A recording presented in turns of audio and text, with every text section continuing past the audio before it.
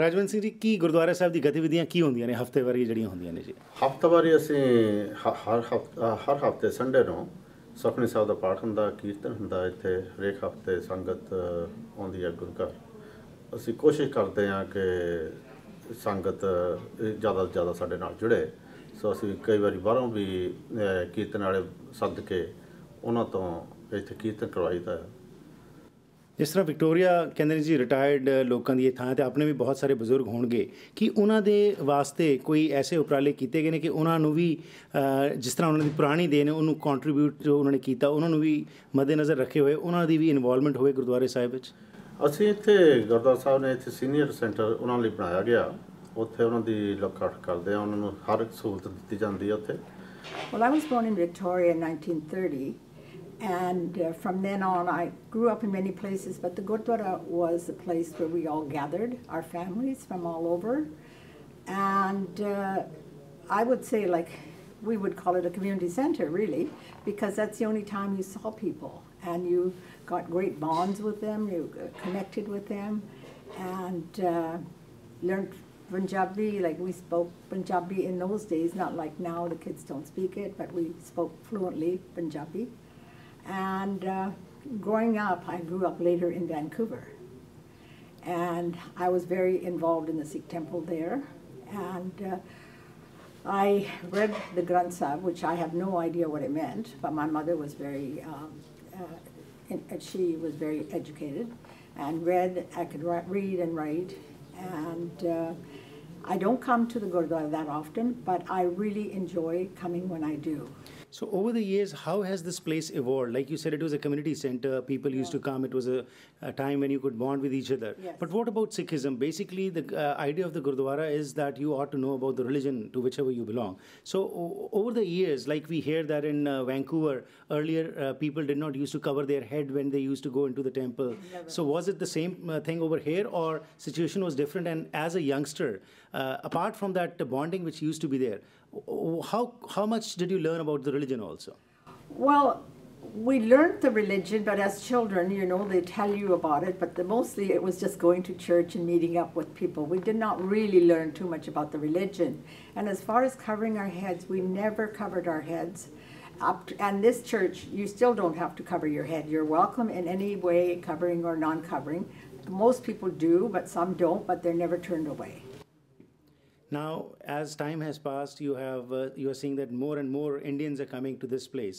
So is that same bonhomie which used to be there earlier to be seen now also? How much are the people now involved with the church? Like you talked about your mother, she was very devoted. Yes. Is that kind of devotion still seen in the people, or you are missing that? I think we're missing it. What's happened now, we have a larger community, and in the old days it was a smaller community, and that's the only place that we could go to meet. Now, when I come, I don't know 90% of the people. Different people come at different times.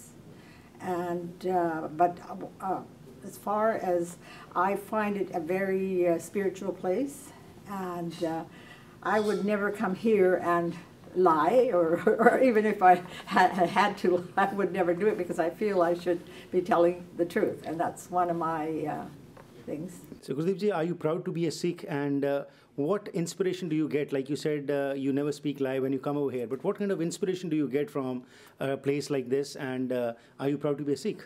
I am very proud to be a Sikh, and I've been very, very, very all my life since I've been here involved in the community. I have done a lot of things for our young children. I've been very, very involved with them, putting on tournaments, all kinds of things, getting them all together. One last question, that what would be, in your view, the contribution of Khalsa Diwan Society Victoria? And what did you... In every perspective, if there wasn't this temple over here, what do you think would be lacking, and how this has contributed in the overall development of the community as well as the spread of Sikhism? Well, if this temple wasn't here, there would be no place to go. And I find that even with our young families, they know in their background if something is happening at the temple, you sometimes don't even have to tell them. They will come. because they know this is a place to go to. But if we didn't have this temple, there would be nothing. 1958 ਵਿੱਚ ਆਈ ਹਾਂ ਤਾਂ ਉਸ ਦਿਨ ਤੋਂ ਹੀ ਮੇਰੀਆਂ ਬਹੁਤ ਯਾਦਾਂ ਨੇ ਇਸ ਗੁਰਦੁਆਰੇ ਨਾਲ। ਮੈਂ ਇੱਥੇ ਆ ਕੇ ਬਹੁਤ ਕੁਝ ਸਿੱਖਿਆ। ਸਾਡੇ ਜਿਹੜੇ ਬਜ਼ੁਰਗ ਹੁੰਦੇ ਸੀ, ਲੇਡੀਜ਼ ਵੀ, ਉਹ ਇੰਨੇ ਨਾਈਸ ਹੁੰਦੇ ਸੀ ਨਾ, ਸਾਨੂੰ ਉਹਨਾਂ ਨੇ ਬਹੁਤ ਕੁਝ ਸਿਖਾਇਆ। ਸਪੈਸ਼ਲੀ ਮੈਂ ਜਦੋਂ ਇੰਡੀਆ ਤੋਂ ਆਈ ਸੀ, ਮੈਂ ਸਾਰੀ 17.5 ਸਾਲਾਂ ਦੀ ਸੀਗੀ, ਪਰ ਇੱਥੇ ਆ ਕੇ ਉਹਨਾਂ ਨੇ ਮੈਨੂੰ ਬਹੁਤ ਨਿੱਘਾ ਪਿਆਰ ਦਿੱਤਾ ਅਤੇ ਅਸੀਂ ਬਹੁਤ ਸਿੱਖਿਆ। ਅਤੇ ਬਾਕੀ ਪੰਜਾਬੀ ਤੇ ਆਉਂਦੀ ਆ, ਮੈਂ ਪਾਠ ਵੀ ਕਰ ਲੈਂਦੀ ਹਾਂ, ਬਾਬਾ ਜੀ ਦਾ ਪਾਠ ਰੌਲ ਵੀ ਲਗਾ ਲੈਂਦੀ ਹਾਂ। ਅਤੇ ਇੱਕ ਮੈਂ ਇਹ ਦੇਖਿਆ ਵੀ ਇਹਨਾਂ ਸਾਲਾਂ 'ਚ ਕਾਫੀ ਚੇਂਜਸ ਆਈਆਂ ਅਤੇ ਇੱਕ ਸੀਨੀਅਰ ਸੈਂਟਰ ਬਣਾਇਆ ਗਿਆ ਆ। ਪਹਿਲਾਂ ਤਾਂ ਓਲਡ ਸੀਨੀਅਰ ਸੈਂਟਰ ਸੀ ਕ੍ਰਾਸ ਦਾ ਸਟੇਟ, ਪਰ ਸਾਰਿਆਂ ਦੇ ਸਹਿਯੋਗ ਨਾਲ ਹੁਣ ਇੱਕ ਬੜੀ ਸੋਹਣੀ ਵੱਡੀ ਇਮਾਰਤ ਤਿਆਰ ਆ ਸੀਨੀਅਰਸ ਲਈ। ਐਂਡ ਅਸੀਂ ਉੱਥੇ ਆ ਕੇ ਕਾਫੀ ਸਿੱਖਦੇ ਹਾਂ ਅਤੇ ਇਹ ਸਾਡੇ ਲਈ ਵੀ ਚੰਗਾ ਆ। ਸਾਨੂੰ ਕੋਈ ਮਿਲਦਾ, ਅਸੀਂ ਘਰਾਂ 'ਚ ਜਾਣ ਲਈ ਕਈ ਵਾਰੀ ਚੱਕ ਜਾਂਦੇ ਆ ਵੀ ਟਾਈਮ ਨਹੀਂ ਹੋਊਗਾ। ਇੱਥੇ ਵੈਲਕਮ ਆ, ਤੁਸੀਂ ਆ ਕੇ ਆਪਣੀ ਖੁਸ਼ੀ ਦੀ ਗੱਲ ਕਰੋ, ਹੱਸੋ ਖੇਡੋ। ਅਸੀਂ ਯੋਗ ਅਰਾਊਂਡ ਕਰਦੇ ਹਾਂ, ਅਸੀਂ ਕ੍ਰਾਫਟ ਕਰਦੇ ਹਾਂ, ਐਕਸਰਸਾਈਜ਼ ਕਰਦੇ ਹਾਂ ਅਤੇ ਵਨਸ ਅ ਮੰਥ ਲੰਚ ਕਰਦੇ ਹਾਂ। ਅਤੇ ਫਿਰ ਅਸੀਂ ਪਿਕਨਿਕਸ ਵਗੈਰਾ ਵੀ ਆਊਟ ਆਫ ਟਾਊਨ ਸੀਨੀਅਰਸ ਨੂੰ ਲੈ ਕੇ ਜਾਂਦੇ ਹਾਂ। ਸੋ ਮੈਂ ਦੇਖਿਆ ਵੀ ਬਹੁਤ ਅੱਗੇ ਨਾਲੋਂ ਕਾਫੀ ਫਰਕ ਪਿਆ ਆ ਐਂਡ ਚੰਗੇ ਪਾਸੇ ਲਈ ਫਰਕ ਪਿਆ ਹੈ। ਸੋ ਤੁਹਾਡੀ ਪੁਰਾਣੀ ਯਾਦਾਂ, ਜਿਸ ਤਰ੍ਹਾਂ ਤੁਸੀਂ ਇੱਥੇ 1958 ਤੋਂ ਆ ਰਹੇ ਹੋ, ਗੁਰਦੁਆਰਾ ਸਾਹਿਬ ਦੀ ਕੀ ਦੇਣ ਤੁਸੀਂ ਸਮਝਦੇ ਹੋ ਜਿਹੜੀ ਹੈਗੀ ਹੈ ਇਸ ਕਮਿਊਨਿਟੀ ਨੂੰ? ਇਸ ਕਮਿਊਨਿਟੀ ਨੂੰ ਬਾਬਾ ਜੀ ਦੀ ਦੇਣ ਬਹੁਤ ਆ ਜੀ। ਇੱਥੋਂ ਹੀ ਅਸੀਂ ਸਾਰਾ ਕੁਝ ਸਿੱਖਦੇ ਹਾਂ, ਬੱਚਿਆਂ ਨੂੰ ਲੈ ਕੇ ਆਈਦਾ ਆ ਅਤੇ ਅਸੀਂ ਬੜੇ ਖੁਸ਼ ਹਾਂ। ਇੰਡੀਆ ਸਾਡੇ ਕੋਲ ਗੁਰਦੁਆਰੇ ਹੁੰਦੇ ਸੀ, ਇੱਥੇ ਵੀ ਸਾਨੂੰ ਉਹੋ ਹੀ ਫੀਲਿੰਗ ਮਿਲਦੀ ਆ ਗੁਰਦੁਆਰੇ ਆ ਕੇ। ਅਸੀਂ ਬੜੇ ਰਿਲੈਕਸ ਹੁੰਦੇ ਹਾਂ, ਬਹੁਤ ਕੀਰਤਨ ਵਗੈਰਾ ਸਾਰਾ ਕੁਝ ਇੰਜੋਏ ਕਰਦੇ ਹਾਂ। ਸੋ ਮੈਨੂੰ ਲੱਗਦਾ ਵੀ ਗੁਰਦੁਆਰੇ ਦੀ ਦੇਣ ਕਾਫੀ ਆ, ਅਸੀਂ ਸਾਰੇ ਇੰਜੋਏ ਕਰਦੇ। ਬੱਚੇ ਵੀ ਸਾਡੇ ਆਉਂਦੇ ਆ, ਹੁਣ ਥੋੜ੍ਹੇ ਵੱਡੇ ਹੋ ਗਏ ਆ, ਠੀਕ ਆ, ਪਰ ਬੱਚੇ ਆਉਂਦੇ, ਉਹਨਾਂ ਨੂੰ ਅਜੇ ਵੀ ਪਤਾ ਵੀ ਗੁਰਦੁਆਰਾ ਸਾਹਿਬ ਕਿੱਦਾਂ ਜਾਈਦਾ, ਮੱਥਾ ਟੇਕੀਦਾ। ਇੱਕ ਗੱਲ ਆ, ਸਾਡਾ ਗੁਰਦੁਆਰਾ ਬਹੁਤ ਸਟ੍ਰਿਕਟ ਨਹੀਂ, ਅਸੀਂ ਇੰਨੇ ਨਹੀਂ ਹੈਗੇ ਵੀ, ਪਰ ਇਹ ਨਾ ਸਮਝੋ ਵੀ ਜੇ ਸਾਡੇ ਵਾਲ ਕੱਟੇ ਹੋ ਤਾਂ ਸਾਨੂੰ ਸਿੱਖਣ ਦਾ ਨਹੀਂ ਹੈਗਾ।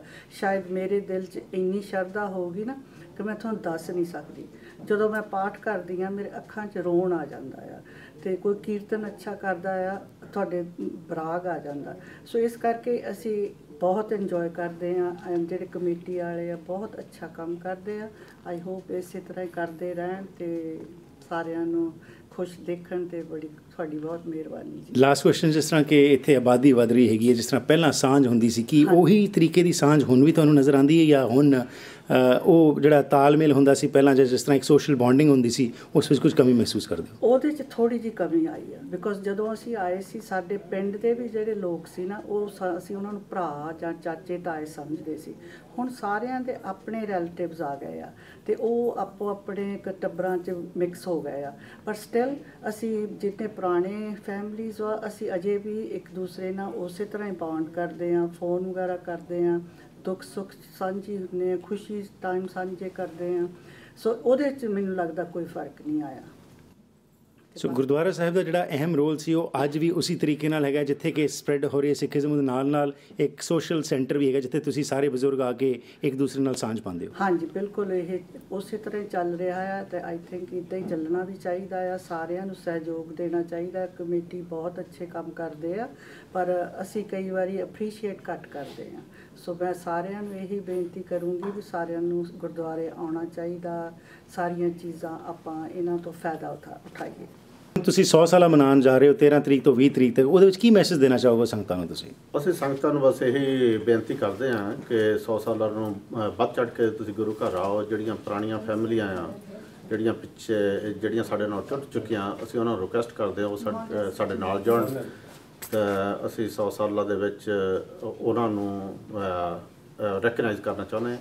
13 ਤਰੀਕ ਤੋਂ 20 ਤਰੀਕ ਤੱਕ ਗੁਰੂ ਘਰ ਦੇ ਵਿੱਚ ਪ੍ਰੋਗਰਾਮ ਲਿਖੇ ਗਏ ਹਨ। ਸਾਡੇ ਬਜ਼ੁਰਗਾਂ ਨੇ ਬੜੀਆਂ ਹੀ ਕਾਲਨਾਵਾਂ ਘਾਲ ਕੇ ਇੱਥੇ ਗੁਰਦੁਆਰਾ ਸਾਹਿਬ ਸਥਾਪਿਤ ਕੀਤੇ ਸਨ। ਸੋ ਸਾਰੀਆਂ ਸੰਗਤਾਂ ਦੇ ਸਹਿਯੋਗ ਦੇ ਨਾਲ 13 ਤਰੀਕ ਨੂੰ ਸਹਿਜ ਪਾਠ ਗੁਰੂ ਘਰ ਵਿੱਚ ਸਵੇਰੇ 9 ਵਜੇ ਆਰੰਭ ਹੋ ਜਾਣਗੇ ਅਤੇ ਜਿਨ੍ਹਾਂ ਦੇ ਭੋਗ 20 ਮਈ ਨੂੰ ਪੈਣਗੇ। ਸੋ ਇਹ ਸਾਰਾ ਹੀ ਹਫ਼ਤਾ 13 ਤੋਂ 20 ਮਈ ਦੇ ਵਿਚਕਾਰ ਜਿਹੜੇ ਦਿਨ ਹਨ, ਹਰ ਰੋਜ਼ ਸਵੇਰ ਦੇ ਦੀਵਾਨ ਗੁਰੂ ਘਰ ਵਿੱਚ ਸਜਣਗੇ, ਸ਼ਾਮ ਦੇ ਦੀਵਾਨ ਸਜਣਗੇ। ਸਜੇ ਹੋਏ ਦੀਵਾਨਾਂ ਦੇ ਵਿੱਚ ਗੁਰੂ ਸਾਹਿਬ ਦੀ ਸ਼ਬਦ ਕੀਰਤਨ ਹੋਇਆ ਕਰਨਗੇ, ਕਥਾ ਵਾਰਤਾ ਹੋਵੇਗੀ, ਢਾਡੀ ਦਰਬਾਰ ਹੋਵੇਗਾ ਤੇ ਹੋਰ ਵੱਖ-ਵੱਖ ਬੁਲਾਰੇ ਆਪ ਸੰਗਤਾਂ ਨੂੰ ਗੁਰ ਇਤਿਹਾਸ ਤੋਂ ਜਾਣੂ ਕਰਾਉਣਗੇ। ਸੋ ਸਾਰੀਆਂ ਹੀ ਸੰਗਤਾਂ ਨੂੰ ਆਲ ਓਵਰ ਕੈਨੇਡਾ, ਜਿੱਥੇ ਤੱਕ ਵੀ ਜੋਏ ਟੀਵੀ ਨੂੰ ਦੇਖਦੇ ਹਨ, ਬੇਨਤੀ ਹੈ ਕਿ ਇਹਨਾਂ ਦਿਨਾਂ ਵਿੱਚ ਗੁਰੂ ਘਰ ਪਹੁੰਚ ਕੇ ਗੁਰੂ ਦੀਆਂ ਖੁਸ਼ੀਆਂ ਪ੍ਰਾਪਤ ਕਰੋ ਜੀ। ਵਾਹਿਗੁਰੂ ਜੀ ਕਾ ਖਾਲਸਾ, ਵਾਹਿਗੁਰੂ ਜੀ ਕੀ ਫਤਿਹ ਜੀ।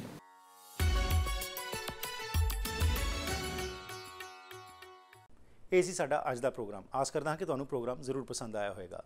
ਫੀਡਬੈਕ ਲਈ 604 603 7555 ਜਾਂ ਫਿਰ ਈਮੇਲ ਰਾਹੀਂ harpreet@akaltv.com ਤੇ ਸੰਪਰਕ ਕਰ ਸਕਦੇ ਹੋ। ਉਸ ਦੇ ਨਾਲ ਹੀ ਅਸੀਂ ਧੰਨਵਾਦੀ ਹਾਂ ਆਪਣੇ ਐਡਵਰਟਾਈਜ਼ਰਸ ਅਤੇ ਸਪਾਂਸਰਸ ਦੇ, ਜਿਨ੍ਹਾਂ ਦੀ ਬਦੌਲਤ ਇਹ ਪ੍ਰੋਗਰਾਮਸ ਤੁਹਾਡੇ ਤੱਕ ਪਹੁੰਚਦੇ ਨੇ, ਕਿਉਂਕਿ ਇਹ ਪ੍ਰੋਗਰਾਮਸ ਨੂੰ ਤੁਹਾਡੇ ਤੱਕ ਪਹੁੰਚਾਉਣ ਤੱਕ ਕਾਫੀ ਕੁਝ ਸਾਨੂੰ ਮਿਹਨਤ ਕਰਨੀ ਪੈਂਦੀ ਹੈ। ਸਾਰੀ ਇਨ ਹਾਊਸ ਪ੍ਰੋਡਕਸ਼ਨ ਅਸੀਂ ਕਰਦੇ ਹਾਂ ਅਤੇ ਉਹੀ ਇਸ਼ੂਜ਼ ਲੈ ਕੇ ਆਉਂਦੇ ਹਾਂ ਜਿਹੜੇ ਕਿ ਸਮਝਦੇ ਹਾਂ ਅਸੀਂ ਕਿ ਸਾਨੂੰ ਉਸ ਦਾ ਫਾਇਦਾ ਹੋ ਸਕਦਾ ਹੈ। ਸੋ ਇਸ ਵਿੱਚ ਜੇਕਰ ਤੁਸੀਂ ਵੀ ਆਪਣੇ ਵਪਾਰ ਵਿੱਚ ਇਜ਼ਾਫਾ ਚਾਹੁੰਦੇ ਹੋ, ਸਾਡੀ ਬਿਜ਼ਨਸ ਟੀਮ ਨਾਲ ਜ਼ਰੂਰ ਸੰਪਰਕ ਕਰੋ। फ़ोन नंबर है 604 202 3040। ਲੈਣਾ ਆ ਗਿਆ, ਫਿਰ ਮੁਲਾਕਾਤ ਕਰਾਂਗੇ। ਤਦ ਤੱਕ ਗੁੱਡ ਬਾਏ।